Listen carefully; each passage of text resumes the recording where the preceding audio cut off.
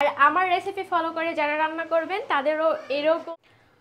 আসসালামু আলাইকুম। আজকে আমি আপনাদের মাঝে শেয়ার করব খুব সহজে ব্রয়লার চিকেন রোস্ট রেসিপি বা ফার্মের চিকেন রোস্ট রেসিপি, যেটাই বলেন না কেন। আর আমার এই পেজে যারা ভিডিওটা দেখছেন, দেন পাকিস্তানি বা লেয়ার যে মুরগিটাই বলেন না কেন, ওইটারও রোস্ট রেসিপি আমার পেজে দেওয়া আছে, আপনারা চাইলে দেখে নিতে পারবেন। আর ব্রয়লার চিকেন রোস্টটা আমি যেভাবে করি সেভাবেই আমি আজকে আপনাদের মাঝে শেয়ার করব। আর ওগুলোও কিন্তু আমি যেভাবে করছি আপনারা চাইলে দেখে নিতে পারবেন। তো চিকেনগুলো আমি এরকম একটা ছুরির সাহায্যে ফুরিয়ে নিয়েছি, তাহলে হবে কি ভিতরে মাংস মশলাগুলো সব ঢুকে যাবে। আর অনেকে বলতে পারেন যে আপু বড় পিস করে কাটলেই তো হতো। আসলে বড় পিস করে কাটলে আমার কেমন যেন এটা ভালো লাগে না, এভাবেই ভালো লাগে। আর এভাবেই আমি আপনাদের মাঝে শেয়ার করব। আর ধুয়ে হচ্ছে পানিটা শুকায় নিছি। হ্যাঁ, পানিটা শুকায় নিছি, তার কারণ হলো যে তেলের উপরে ভাজার সময় চটচট করবে না। এখন আমি এখানে দিয়ে দিব পরিমাণ মতো, মানে 1.5 চামচ পরিমাণ লবণ। আর আমি এখানে 2টা মুরগি নিয়েছি, যেটা ওজন কত ছিল 1 কেজি 600 গ্রাম আর 1 কেজি হচ্ছে 550 গ্রাম। আচ্ছা, আর একটু শুকনো মরিচ গুঁড়া দিয়ে দিলাম, তাহলে ভাজার সময় দেখা যাবে মরিচ এবং লবণ প্রপারভাবে সব কিছুর ভিতরে ঢুকে যাবে এবং খেতে ভালো লাগবে।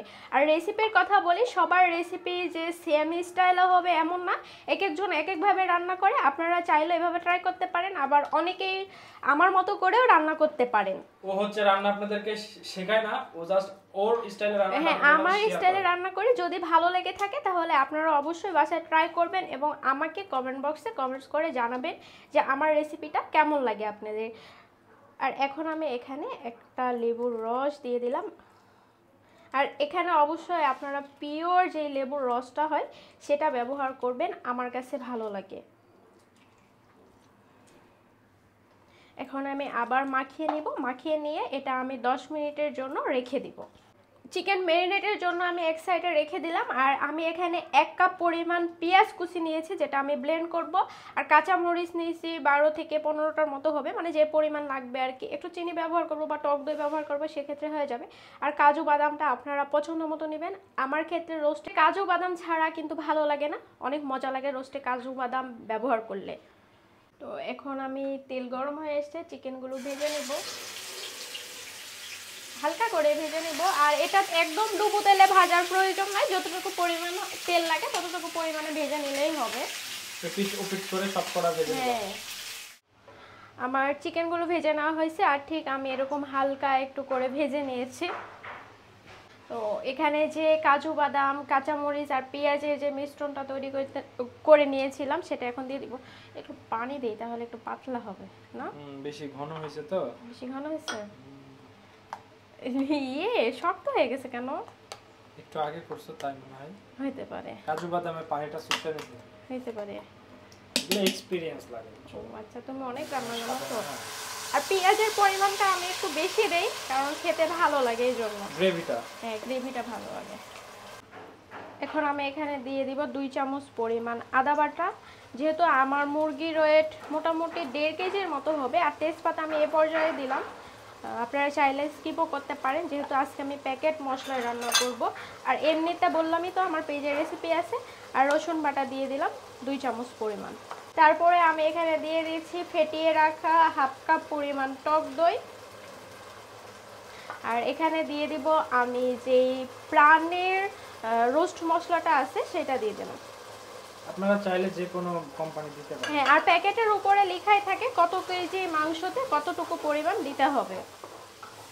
এখন আমি মশলাটা একটু পানি দিব, দিয়ে খুব ভালোভাবে 10 থেকে 15 মিনিট কষিয়ে নিব। আর রোস্টের মশলাটা কিন্তু আমার কাছে মনে হয় যত পরিমাণ কষাবো রোস্টটা খেতে তত ভালো লাগবে, নাহলে রোস্ট থেকে একটা মশলার কাঁচা গন্ধ বের হলে কিন্তু আর খেতে ভালো লাগে না। ফাইনালি আমার মশলা কষানোটা হয়ে গেছে।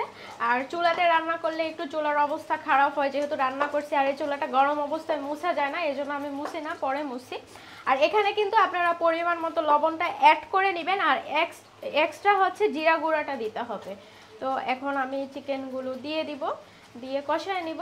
আর আমি তো বললামই যে আমার পেজে আরেকটা রেসিপি আছে কিভাবে আমি ঘরোয়া মশলায় খুব সহজে চিকেন রোস্ট রান্না করি, সেটাও চাইলে আপনারা দেখে নিতে পারবেন। আর বেশি ঝামেলা না করতে চাইলে ওই যে এভাবে একটু প্যাকেট মশলা কিনে এনে আপনারা রান্না করতে পারেন।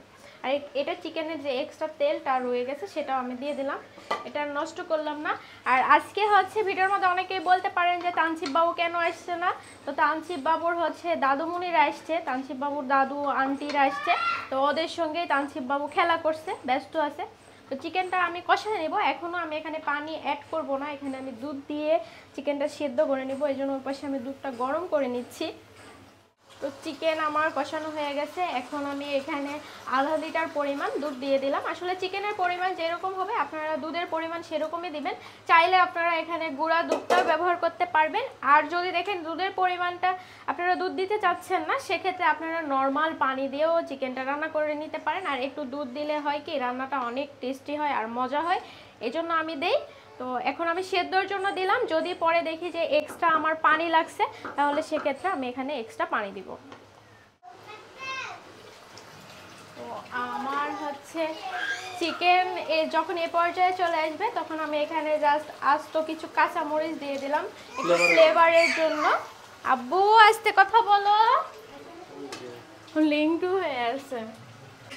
একটু স্বাদটা ব্যালেন্স করার জন্য আমি 1 চামচ পরিমাণ চিনি দিয়ে দিলাম, আপনারা চাইলে নাও দিতে পারেন। আমার ক্ষেত্রে একটু চিনি দিলে চিকেন রোস্টটা খেতে ভালো লাগে, এই জন্য দিয়েছি। আর আমি চিকেনটা চেক করে নিয়েছি, আমার এখানে এক্সট্রা অল্প একটু পরিমাণ আমি পানি অ্যাড করছিলাম, কারণ চিকেনটা একটু বেশি সেদ্ধ হলে ভালো লাগে আর কি। তো এখন আবারও আমি এটা প্রায় আর 5 থেকে 10 মিনিটের মতো টাইম লাগবে এটা হইতে। ফাহাদ তুমি কোথায়? ফাহাদ দেখছো যে ফাহাদ ফাহাদ জিগাই কি জিগাবো ওকে, তোমার রোস্ট কেমন লাগে শুনো। ওরা তো আমার শ্বশুর বাড়ির সবাই আমার হাতে রোস্টের পাগলা। আমার রোস্ট ভালো লাগে? কেমন ভালো লাগে? ও লজ্জা পাইছে ক্যামেরা দেখে, আসলে ওর কথাগুলো শুনতে আমার অনেক ভালো লাগে। তো ও যখন আমাদের বাসায় আসে আমি ওকে জিজ্ঞাসা করি যে ফাহাদ তুমি আমার বাসায় এসে আমার হাতে কি খাবো, তোমার জন্য আমি ফিশ কিনে রাখছি গো। তো বলছে আমি পোয়াও আর লুচ খাবো, মানে ওর ভাষায় এটা আর কি। তো এইভাবে আসলে বাসায় আমার কেউ আসলে আমার খুব মানে মজা লাগে, এনজয় লাগে, বিশেষ করে ছোট বাচ্চারা এই যে দুজনে সারাদিন খেলছে। চিকেন রোস্টটা আমার ফাইনালি হয়ে গেছে। আর আমি সচরাচর এভাবেই রান্না করি, উপরে একটু পেঁয়াজ বেরেস্তা দিয়ে দিলাম। যারা ঘি খেতে পছন্দ করেন বা ফ্লেভার পছন্দ করেন তারা এই পর্যায়ে এসে একটু ঘি দিবেন, আরও বেশি মজা লাগবে। এখন পরিবেশনে চলে যাব। উপরে আবার একটু আমি পেঁয়াজ বেরেস্তা দিয়ে দিলাম, ফাইনাল লুকটা এটা আসছে। আর আমার রেসিপি ফলো করে যারা রান্না করবেন তাদেরও এরকম লুক আসবে, এবং কেমন হবে আমাকে কমেন্ট বক্সে কমেন্টস করে জানাবেন। আজকে এখানে বিদায় নিচ্ছি, আল্লাহ হাফেজ।